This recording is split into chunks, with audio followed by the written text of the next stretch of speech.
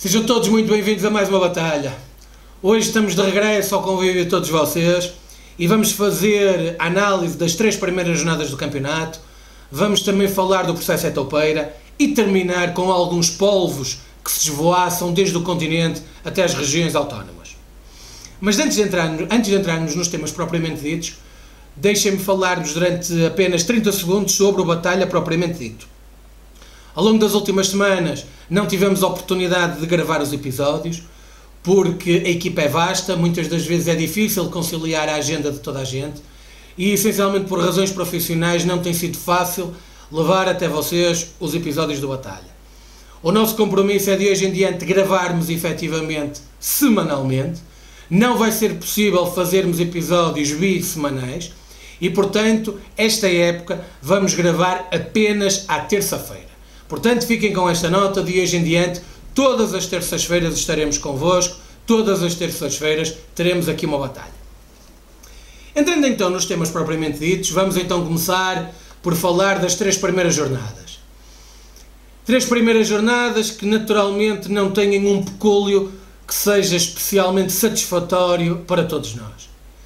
Não é um resultado de 6 pontos que nos deixa satisfeitos. Em 3 jogos foram 2 vitórias e 1 derrota. Nenhum de nós está naturalmente contente. Nenhum de nós está contente por termos tido 2 jogos em que nos deixamos empatar e, num dos casos, sermos derrotados, ainda por cima em casa, no Estádio do Dragão, onde já não perdíamos há mais de 2 anos. E, portanto, não é o início do campeonato que todos desejávamos. Há que dizê-lo claramente, frontalmente, sem medo das palavras, sem criar realidades alternativas ou sem desvirtuar aquilo que é verdade. Agora, também não quero ser mais papista do que o Papa. Ouvi algumas figuras e li em alguns sítios a dizer-se que na última jornada o Vitória de Guimarães tinha sido um justo vencedor no Estádio do Dragão. Eu não concordo de todo com essa ideia. Não me recordo de uma oportunidade de golo fora dos 3 golos marcados pelo Vitória. Não me recordo de uma defesa de Iker Casillas. E, pelo contrário, o Futebol Clube do Porto teve diversas ocasiões para poder empatar e para poder vencer a partida. Evidentemente que podíamos e devíamos ter feito mais. Evidentemente que depois de estarmos a ganhar por 2-0, não podemos de forma nenhuma não vencer a partida. Seja isso no Estádio do Dragão, seja isso fora, e como tal há que parar e repensar tudo isto. Mas repensar do ponto de vista construtivo. Pensarmos com calma e serenidade que nestes mesmos 3 jogos na época passada tínhamos o mesmo número de pontos. Vencemos em casa aos Chaves, tínhamos perdido frente ao Belenenses, agora vencemos, tínhamos vencido em casa frente ao Vitória de Guimarães e agora vencemos. Obviamente que 5 golos sofridos não é bom, mas eu acho que a equipa e a forma como o jogo terminou, a forma como os adeptos acarinharam a equipa, a forma como os adeptos demonstraram que não vão virar as costas à equipa, foi o melhor de todos os sinais e eu acredito que os nossos jogadores vão já corresponder no próximo jogo. Um próximo jogo no próximo domingo, onde vamos voltar a jogar depois dos nossos adversários, continua a ser um habitué, e um próximo jogo no domingo, onde eu tenho a certeza absoluta que os adeptos vão dizer positivo, vão dizer presente e vamos ajudar o Futebol Clube do Porto nem mais uma vitória, mais 3 pontos. Além disso, é importante que não nos esqueçamos do seguinte: no próximo domingo o mercado já vai ter fechado. No próximo domingo já vamos ter a equipa mais serena, mais tranquila. Tudo bem que isto é igual para todos, mas a verdade é que têm sido os jogadores do Futebol Clube do Porto que têm estado mais na berlinda, têm sido os jogadores do Futebol Clube do Porto que têm estado mais nas bocas do mundo e, portanto, essa serenidade eu acredito que vai contribuir para um melhor jogo da nossa parte. Ao mesmo tempo, com a paragem do campeonato, vamos, em breve, ter vários jogadores já integrados no nosso plantel.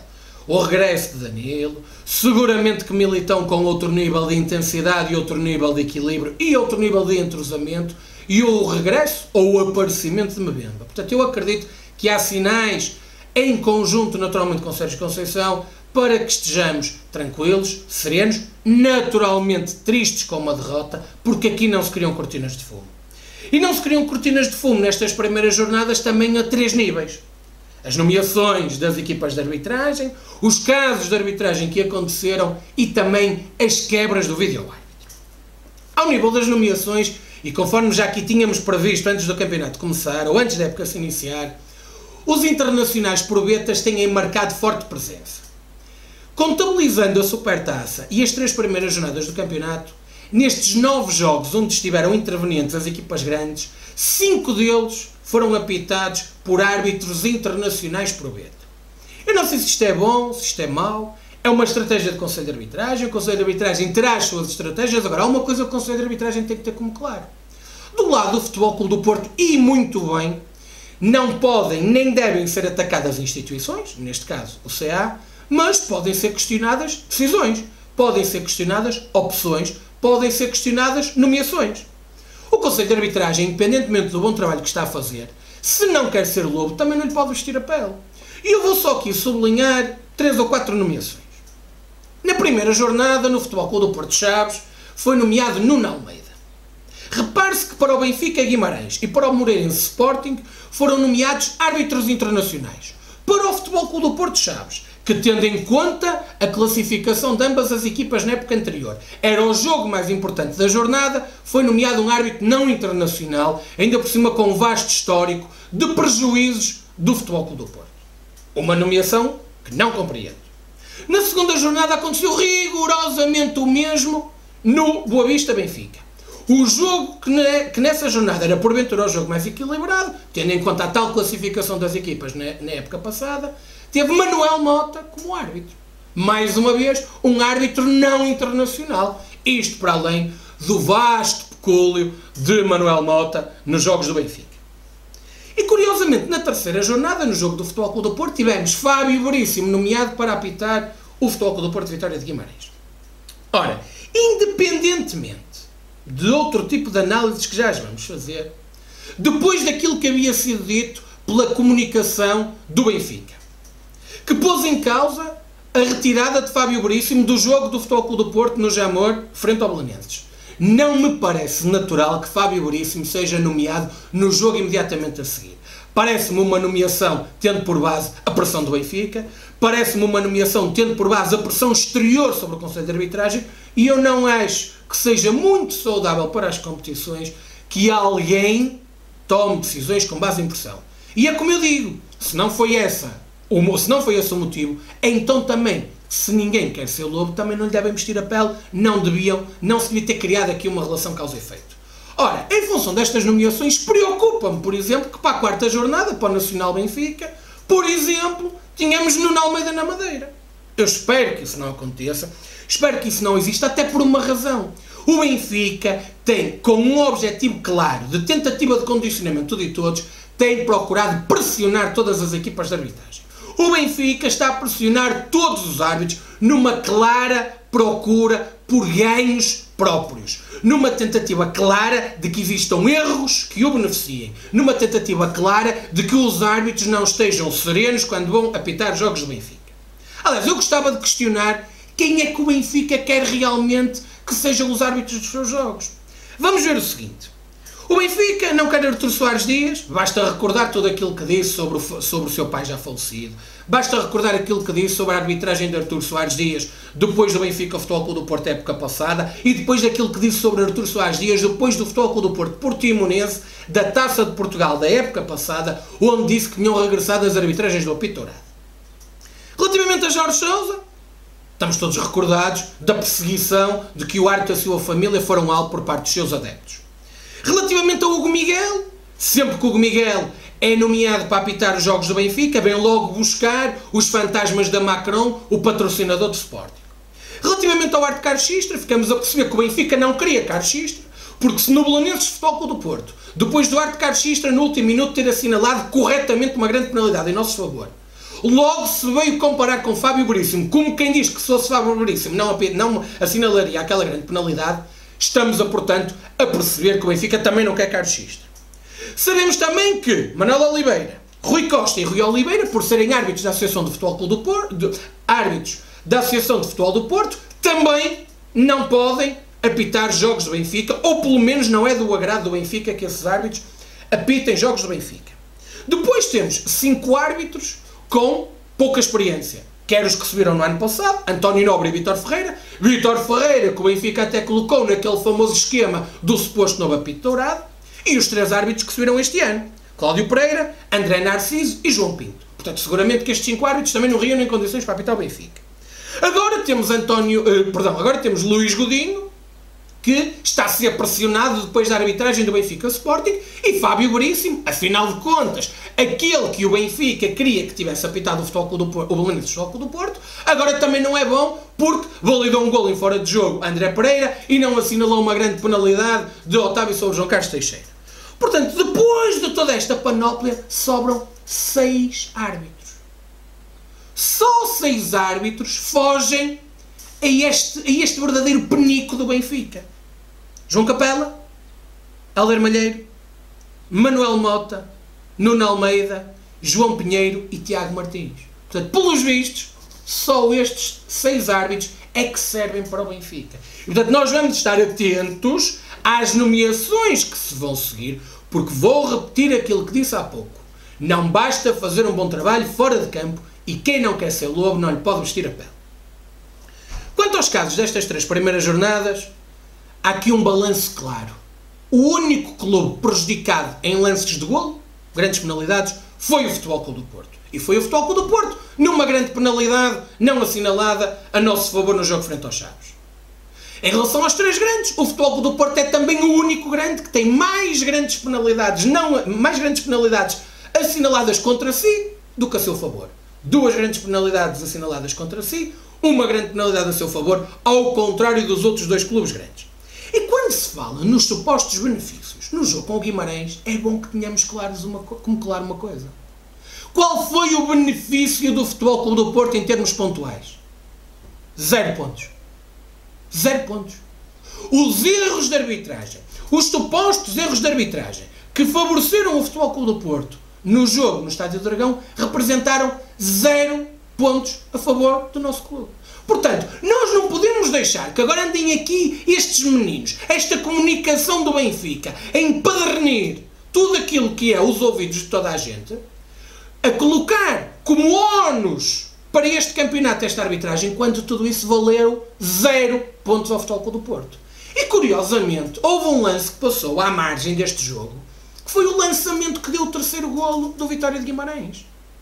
O 3º golo do Vitória de Guimarães, a 2 minutos do fim, nas barbas do árbitro, nas barbas do fiscal de linha, na cara do fiscal de linha, era um lançamento a favor do Futebol Clube do Porto e que o Sr. Fiscal de linha deu a favor do Vitória de Guimarães. E em função disso surgiu o 3º golo do Vitória de Guimarães. Este lance passa ao lado de toda a gente. E nós não podemos deixar que isto caia. Porque, depois da pressão que foi exercida durante toda a semana, por causa de um penalti claro, inequívoco, indiscutível aos olhos de toda a gente, no Jamor, que tem a curiosidade de ser nos descontos, como poderia ser durante o tempo útil, o Benfica pressionou. E o Benfica, que vem falar de penaltis que dão pontos ou lances que dão pontos, deve seguramente estar a confundir com o penalti sobre Jonas assinalado para dar o 1-1 no Rio Ave Benfica do ano passado. Deve estar a falar do penalti assinalado quando o Benfica o ano passado recebeu o Portimonense, em que estava a perder e com esse penalti o Benfica empata e passa para a frente do resultado. Da mesma forma que seguramente deve estar a falar do penalti mais do que duvidoso sobre Sálvio no ano passado, precisamente nos descontos em Setúbal, e que lhe deu a vitória com o árbitro Luís Godinho. Portanto, são estes lances verdadeiros, factuais, não são larachas para o ar, são lances factuais que o Benfica continua a montar, que o Benfica continua a criar uma realidade alternativa, que o Benfica continua a manipular tudo isto para tentativa de condicionamento numa lógica de obter benefícios próprios. Até porque há uma coisa que eu não vos quero deixar de dizer. O Futebol Clube do Porto, na época passada, na primeira volta, teve 11 grandes penalidades não assinaladas. 11 lances claros. E nessa altura é caso para perguntar se o vídeo-árbitro também não quebrou. Porque agora vieram com a história da quebra do vídeo-árbitro. A quebra do vídeo-árbitro foi assumida pela segunda vez. Sendo que a primeira foi o ano passado no Desportivo das Aves Benfica. Ora, a questão que eu quero colocar é só esta. Por um lado, o Futebol Clube do Porto, como disse há pouco, teve benefício 0. Por outro, quando foi a quebra do vídeo-árbitro no Aves Benfica, não houve benefício ao Benfica? Houve, o Benfica ganhou, e ganhou com lances irregulares, o Benfica beneficiou de 3 pontos que não devia ter beneficiado, e aí foi um problema técnico. Foi um mero problema técnico que pode acontecer. Agora, há uma coisa que eu quero dizer. Será que os problemas técnicos só aconteceram nestes 2 jogos? Acreditem que não. E os responsáveis pelo projeto do vídeo-árbitro têm que ser corretos e sérios e falarem a verdade relativamente à quebra do vídeo-árbitro. E vou dizer mais. Eu espero que da próxima vez que tenhamos erros claros e inequívocos a prejudicarem o Futebol Clube do Porto, como aquele que aconteceu na primeira jornada por penalti não assinalado, por falta sobre Otávio, toda a gente venha falar sobre quebra do vídeo-árbitro ou então transmitir as comunicações entre árbitro e vídeo-árbitro para que tenhamos de uma vez por todas a noção clara de quais são as trocas de opiniões entre esses 2 intervenientes. Meus caros amigos, tivemos esta semana a constituição da SAD do Benfica como arguída no processo Etopeira. Nada de novo, mas de uma forma muito rápida vamos só aqui elencar alguns pontos curiosos acerca desta investigação. No dia 10 de fevereiro de 2018, 10 de fevereiro, portanto, há cerca de meio ano atrás, o Expresso noticiava que estava em curso esta investigação. Na altura, recordo que o Benfica dizia que falar em violação de justiça deve ser ironia, já que se alguém se pode queixar é o Benfica, como publicamente tem estado à vista de todos. Portanto, há 6 meses atrás, o Benfica fazia o papel da Virgem ofendida a dizer que o Benfica e assim tinha sido alvo de violação. Depois, no dia 6 de março, Paulo Gonçalves é detido por suspeita de corrupção e o Benfica, nessa mesma data, ainda assim, manifestava toda a confiança no Dr. Paulo Gonçalves. Curioso que no dia seguinte, Paulo Gonçalves sai em liberdade, sai constituído como arguído, o Benfica tenta abafar tudo aquilo e contar uma história mirabolante que acontecia meramente pelo facto do Paulo Gonçalves ser um advogado. O Luís Filipe Vieira diz que não sabe de nada a não ser pelos jornais, mas 2 dias depois, o Correio da Manhã informa que o Luís Filipe Vieira tinha estado pessoalmente com José Silva, o tal funcionário judicial que acedia aos processos, que acedeu mais de 385 vezes a 10 processos em segredo de justiça. Curioso que, entretanto, o Sr. Presidente do Benfica diz que tinha acabado a paródia à custa do Benfica. Paródia tem o Benfica feito à nossa pala, paródia tem o Benfica feito à pala de todo o país. Agora, é bom que nós não nos esqueçamos de 2 coisas fundamentais. Em primeiro lugar, o inquérito do DIAP de Lisboa investiga vários factos para serem analisados e para se comprovarem crimes de corrupção, peculato, violação de segredo de justiça, favorecimento pessoal, falsidade informática, acesso ilegítimo e burla informática. É desta panóplia de crimes que o Benfica, a SAD do Benfica, está acusada. E a SAD do Benfica agora quer se desfazer de Paulo Gonçalves. Agora quer pegar neste ativo tóxico, chamado Paulo Gonçalves, e afastá-lo, empurrá-lo pela borda fora. Mas não pode. Não pode, porque, como é evidente, Paulo Gonçalves ou outra qualquer pessoa acedia ou procurava aceder a esta informação com um único benefício, com um único interesse. O benefício do Benfica ou o prejuízo dos seus adversários. Agora, como eu disse, este é o primeiro âmbito, o âmbito dos crimes que estão a ser investigados, os crimes nos quais o Benfica já não se pode colocar de parte, o Benfica não pode, depois de, em primeiro lugar, em março, ter reiterado confiança em Paulo Gonçalves, agora que não pode deitar a borda fora. Mas há uma segunda questão, é que este processo é um processo de muitos, de muitos. Os mails e os vouchers, que agora são um só processo, a Operação Lex, o processo Mala-Tchau por corrupção e compra de jogadores, os jogos comprados para perder, o Etopeira e muitos outros processos. E, portanto, aquilo que eu gostava de dizer, sem entrar em muito mais delongas, é o seguinte: deixemos que a justiça tenha o seu tempo. Não vamos estar a criar mais fatores de pressão. O Benfica, e assim, continua a criar fatores de pressão, colocando em causa o afastamento da juíza que decretou estas medidas de coação, dizendo que esta decisão é ilegal e inconstitucional, e, curiosamente, a máquina de propaganda do Benfica, hoje, através do jornal I, abafa a constituição da SAD encarnada como arguída, mas, no entanto, põe em causa a continuidade da Procuradora-Geral da República, porque, seguramente, isso interessa a alguém. Meus caros, antes de terminar, só vos quero dizer uma coisa. Comece a investigar por onde anda a esvoaçar o polvo. O polvo que andava pela Vila das Aves, por onde andará a esvoaçar-se? Será que já se esvoaça para os lados dos Açores, para a Ilha de São Miguel? Será, ou como será, que César, Fábio Cardoso e Patrick Vieira foram contratados? Quem terá abalizado a contratação destes 3 jogadores?